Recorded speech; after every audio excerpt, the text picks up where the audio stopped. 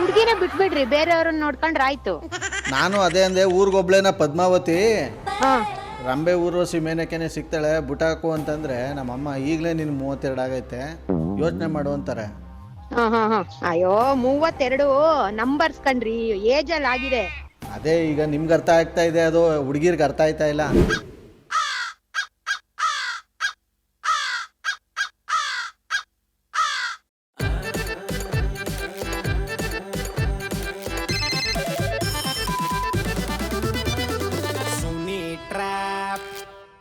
ನಮಸ್ಕಾರಗಳು ಎಲ್ಲ ನಗು ಮುಗ್ಧ ಮನಸ್ಸುಗಳಿಗೆ, ದೊಡ್ಡ ಮನಸ್ಸುಗಳಿಗೆ.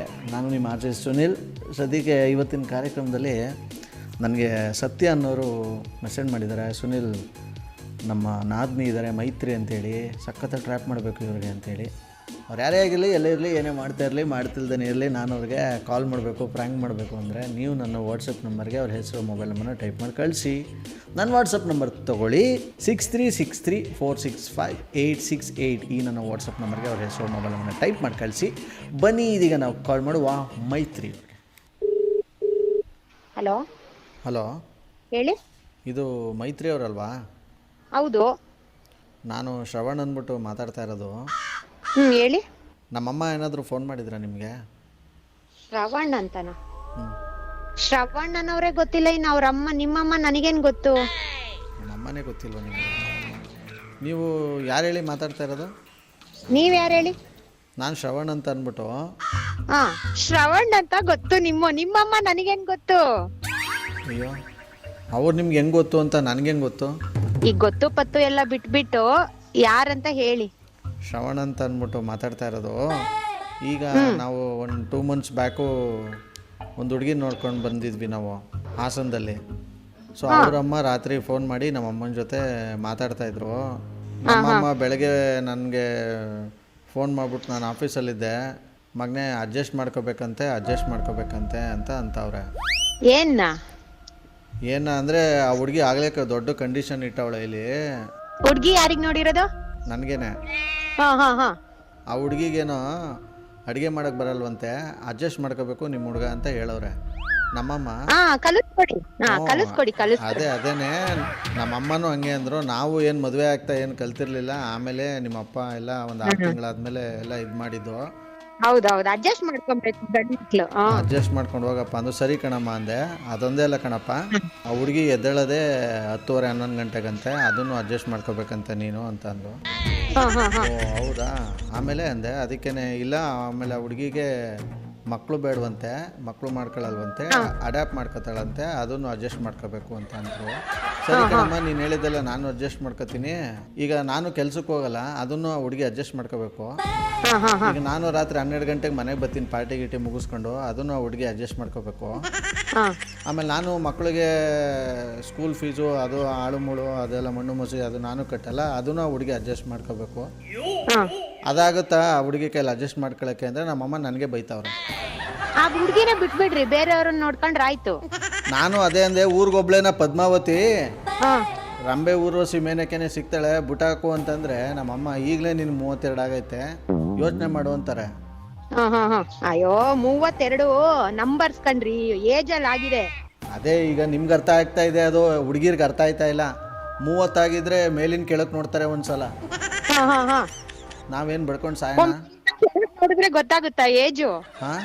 ಮೇಲಿಂದ ಕೆಳಗ್ ತನಕ ನೋಡಿದ್ರೆ ಗೊತ್ತಾಗುತ್ತಾ ಏಜು? ಆ ಹುಡುಗಿರು ಅದೇನೇನು ನೋಡ್ತಾವ್ರೋ ಅದೇನೋ ನನಗಂತೂ ಗೊತ್ತಾಯ್ತಾ ಇಲ್ಲ. ಅಲ್ಲ, ನನಗೆ ಈಗಲೇ 32 ಅಂತಾರೆ. ಏನು ಯಾರಿಗೂ ಆಗದಿರೋ ವಯಸ್ಸ ನನಗೆ ಆಗಿರೋದು 32. ಹಂಗೆ ಇವಳು, ಈ ಹುಡುಗಿ ಈಗಲೇ ಇಷ್ಟು ಕಂಡೀಷನ್ ಅಂದ್ರೆ ಮುಂದಕ್ಕೆ ಏನ್ ಮಾಡ್ಬೋದು ಅಂತ ಯೋಚನೆ ಮಾಡ್ತಾ ಇದ್ದೀನಿ ನಾನು. ಹುಡುಗಿನೇ ಚೇಂಜ್ ಮಾಡೋಣ, ಕಂಡೀಷನ್ ಎಲ್ಲ ಒಪ್ಕೊಳ್ಳೋದ್ ಬೇಡ, ಅಡ್ಜಸ್ಟ್ ಮಾಡ್ಕೊಳ್ಳೋದ್ ಬೇಡ, ಹುಡ್ಗಿನೇ ಬೇರೆ ಚೇಂಜ್ ಮಾಡೋಣ ಬಿಡ್ರಿ. ಅಯ್ಯೋ, ನಮ್ಮ ಅಮ್ಮಂಗೆ ಅದೇ ಹೇಳ್ದೆ ಚೇಂಜ್ ಮಾಡೋಣ ಅಂತ. ನೋಡಪ್ಪ, ನೀನ್ ಹಿಂಗೆ ಆಡ್ತಾ ಕೂತ್ಕೊಂಡ್ರೆ ನೆಕ್ಸ್ಟ್ ನಿಂಗೆ ಸಿಗದೆ ಹುಡುಗಿ ಎಲ್ಲ ಆಂಟಿ ಅಂತವ್ರೆ. ಹಿಂಗಂದ್ರ ಆಂಟಿ? ಏನ್ ಮಾಡೋಣ? ಅಮ್ಮ ಅಂತೆ, ಹುಡ್ಗಿ ಅಂತೆ, 32 ವರ್ಷ ಅಂತೆ, ಬಾಳ್ ಅಂತೆ, ಬದ್ನೆಕಾಯಿ ಅಂತೆ. ಬದ್ನೆಕಾಯಿ ಇದೇನಿದು? ಮಾರ್ಕೆಟ್ಗೆ ಹೋಯ್ತೈತೆ ಮಾತು. ಅದು ಒಂದು ತರಕಾರಿ ಹೆಸರು. ಅಲ್ಲ, ಅದು ನನ್ಗೆ ಯಾಕೆ ಹೇಳ್ಬೇಕು ನೀವು? ನನ್ನ ಕಷ್ಟ ನನ್ಗಾದ್ರೆ ನಿಮ್ಗೊಂಥರ ಸುಮಾರ.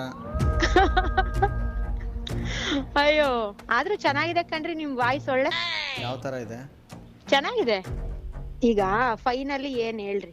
ಫೈನಲಿ ಏನು ಅಂದರೆ ನನಗೆ ಬೇಡ ಅವಳು. ಥೋ ತರಿಕೆ ಬೇಡ ಅಂದ್ರೆ ಬಿಡ್ರಿ, ಯಾಕೆ ಇಟ್ಕೊಳಕ್ ಹೋಗ್ತೀರಾ ಪಾಪ? ಒಂದ್ ಹುಡ್ಗಿ ಜೀವನ ಆದ್ರೂ ಉಳಿಯುತ್ತೆ, ಯಾಕೆ ಹಾಳು ಮಾಡಕ್ ಹೋಗ್ತೀರಾ? ಬಿಡ್ರಿ ಅಂದರೆ ನಾನಿಲ್ಲಿ ಇಟ್ಕೊಂಡಿದ್ದೀನಿ, ನಮ್ಮ ಅಮ್ಮ ಇಲ್ಲಿ ನನಗೆ ಬೆನ್ನತ್ತಿದ್ ಬೇತಾಳಂತರ ಇಲ್ಲಿ. ಹಾ ಇದು ವಿಷಯ. ನಾನು ಬೆಳಗ್ಗೆಯಿಂದ ಯೋಚನೆ ಮಾಡಿ ತಲೆ ಕೆಟ್ಟು ಗೊಬ್ಬರ ಆಗೋಯ್ತಲ್ಲ.